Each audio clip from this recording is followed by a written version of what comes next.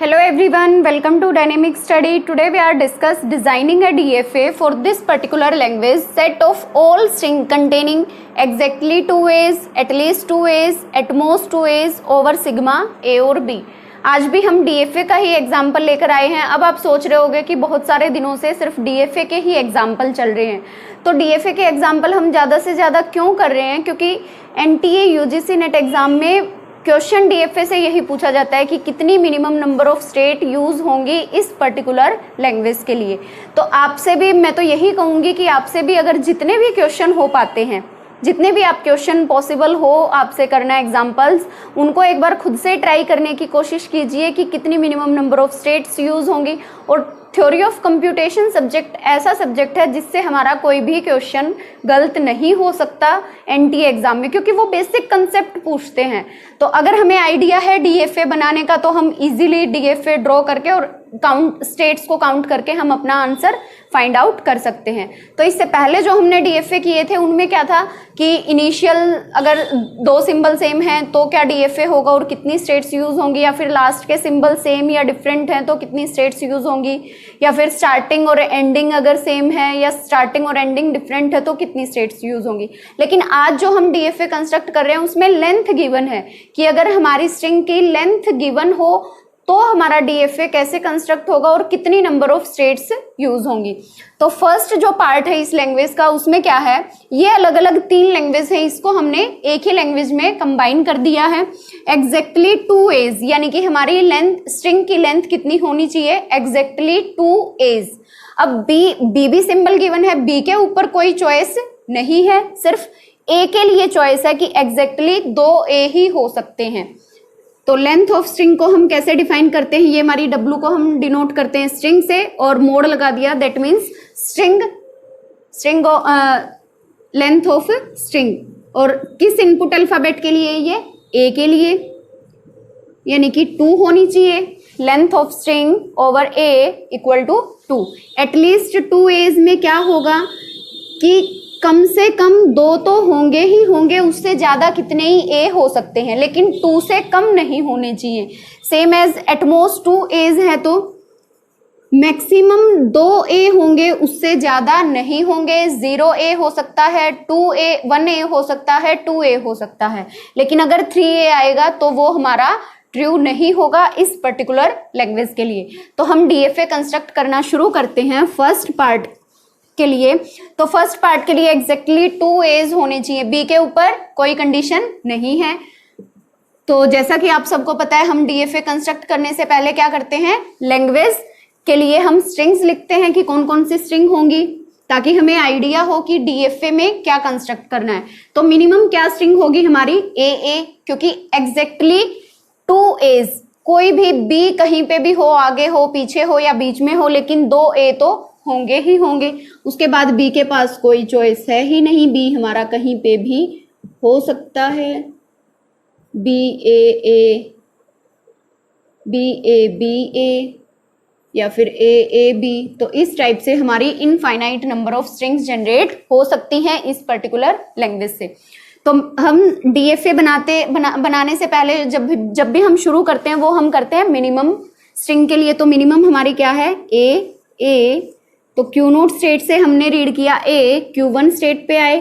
अब Q1 state पे आने के बाद Q1 को हमने रखा नॉन फाइनल, क्योंकि 2 ए होंगे तो ही एक्सेप्ट होगा, उससे कम ए है तो एक्सेप्ट नहीं होगा, और अगर उससे ज्यादा ए होंगे तो भी एक्सेप्ट नहीं होगा.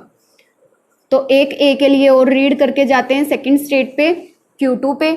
तो यहां से हमारा क्या एक्सेप्ट होगा, A एक्सेप्ट हो गया. अब हमें क्या करना है, हमारा मिनिमम DFA कंस्ट्रक्ट हो चुका है, अब जस्ट इसको कंप्लीट करना है. Complete means total order property को फॉलो करना है. तो बी के ऊपर हमारे पास कोई भी चॉइस नहीं है. बी हमारा स्टार्टिंग में कितने ही नंबर ऑफ बीज हों, अगर हमारे AA प्रेजेंट है हमारी स्ट्रिंग के अंदर तो वो पर्टिकुलर स्ट्रिंग हमारी एक्सेप्ट होगी. तो बी के लिए हमने क्या लगा दिया, self loop. Same edge Q1 state पे आए, यहाँ पे भी हमारे बीच में भी कितने ही बीज हो सकते हैं, लाइक ABA, ABBA. हमें तो सिर्फ A को काउंट करना है कि हमारे एग्जैक्टली 2 एज होने चाहिए स्ट्रिंग के अंदर. तो B पे कोई कंडीशन नहीं है. अब यहाँ पे भी B के लिए हमारे पास कोई कंडीशन नहीं है. अब अगर Q2 स्टेट पे हमारे पास आता है A, तो ए अगर आएगा, ए तो 2 ए तो पहले हो चुके हैं, तो इससे ज्यादा एज को हम अलाउ नहीं करेंगे। तो अगर आता है ए तो हम मूव करके कहाँ जाएंगे, ट्रैप स्टेट। जैसा कि आप सबको पता है, जो स्ट्रिंग हमें जहां जाने का रास्ता है वहां से वापस आने का रास्ता नहीं है, तो हम जाएंगे ट्रैप पे, क्योंकि अगर थर्ड ए आया तो वो स्ट्रिंग वहीं पे फॉल्स हो जाएगी और वो ट्रैप पे चली जाएगी। उसके बाद ए आए या बी आए कोई फर्क नहीं पड़ता। तो ये हमारा डीएफए कंस्ट्रक्ट हो गया एग्जैक्टली 2 एज के लिए। आई थिंक ये कंसेप्ट आपको समझ आ गया होगा। देन हम मूव करते हैं एटलीस्ट 2 एज। एटलीस्ट 2 एज यानी कि मिनिमम तो 2 ए तो होने ही चाहिए, उसके बाद 3 भी हो सकते हैं, 4 भी हो सकते हैं, और बी के ऊपर हमारी कोई चॉइस है नहीं। बी हमारा कहीं पे भी आ सकता है और कितने भी बीज हो सकते हैं, पर ए जो है वो एटलीस्ट 2 होना चाहिए। 2 तो कम से कम होगा ही होगा।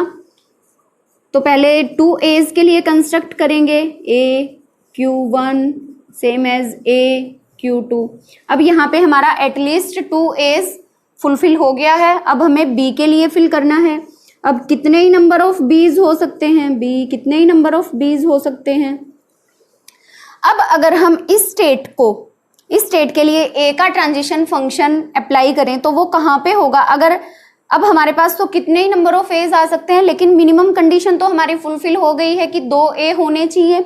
उसके बाद कितने ही ए आए, तो हम क्या करेंगे, ए के लिए भी हमने क्या लगा दिया, सेल्फ लूप। 2 तो हो गए, उसके बाद 3, 4, 5 कितने भी आए, और बी पे कोई कंडीशन थी ही नहीं। नेक्स्ट अगर हम थर्ड पार्ट के लिए बात करें डीएफए को, एटमोस्ट 2 एज। अब यहाँ पे क्या एटमोस्ट का मतलब 0, 1, 2, बस 2 से ज्यादा नहीं। तो 0 के लिए हम क्या लिखते हैं, नल। हमारी नल स्ट्रिंग एक्सेप्ट होगी, मिनिमम ए एक्सेप्ट होगा, ए एक्सेप्ट होगा।